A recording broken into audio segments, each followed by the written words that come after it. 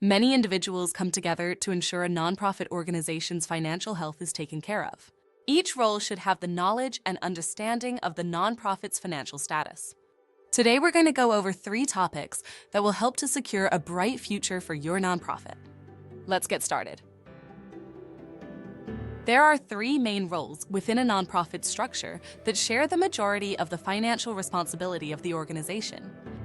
The board of directors are supposed to set the financial policies and procedures, review and understand the financial statements, and be informed about their financial liability. The board treasurer leads the finance committee, which creates and proposes the budget for the upcoming year. Board treasurers usually work with external accountants that understand nonprofit organizations.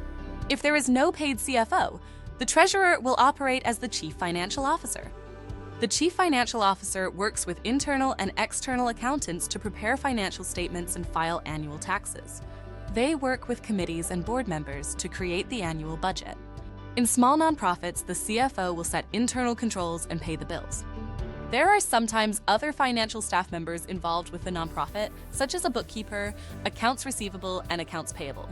These roles are typically present in larger organizations and help with the day-to-day financial controls and responsibilities.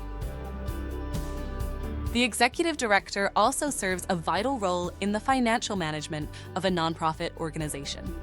The executive director oversees the day-to-day finances.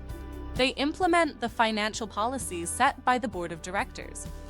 They provide additional oversight to the CFO because the CFO reports to them.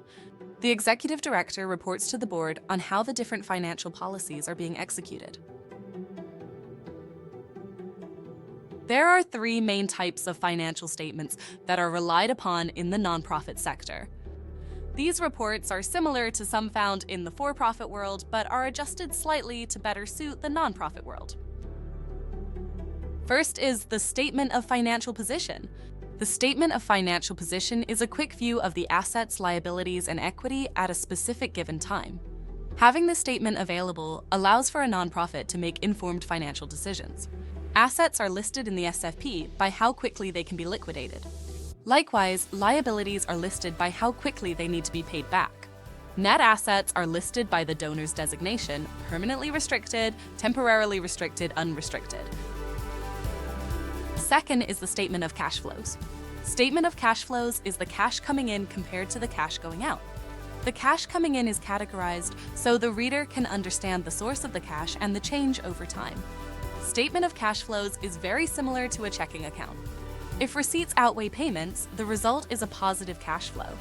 If payments or outflows exceeds receipts, the result is a negative cash flow. And finally, we have the Statement of Activity.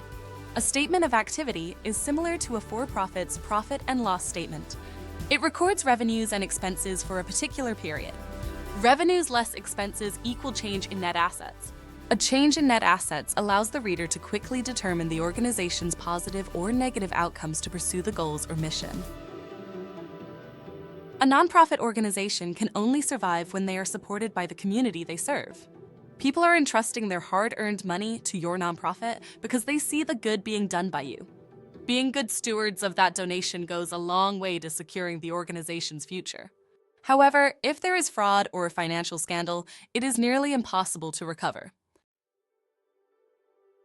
Both of the previous topics work hand in hand to help prevent and mitigate fraud by people in power of nonprofits.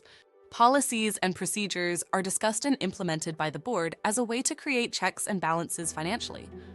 Having both internal and external personnel handling finances puts extra sets of eyes on the organization's finances. When there is more than one person involved in finances, it helps to keep people honest. Another way to prevent fraud is through the preparation of financial statements. Financial statements provide a detailed accounting of what has been happening with the nonprofit's money. The board of directors have the responsibility of reviewing the financial statements that are prepared so that they can make informed financial decisions while also making sure that nothing out of the ordinary is happening with the finances. Thank you so much for participating in this continuing education opportunity. Nonprofit organizations provide such vital services to each and every community, and we just want to help you succeed with your mission. I hope you have a deeper understanding and appreciation for the importance of nonprofit finance now.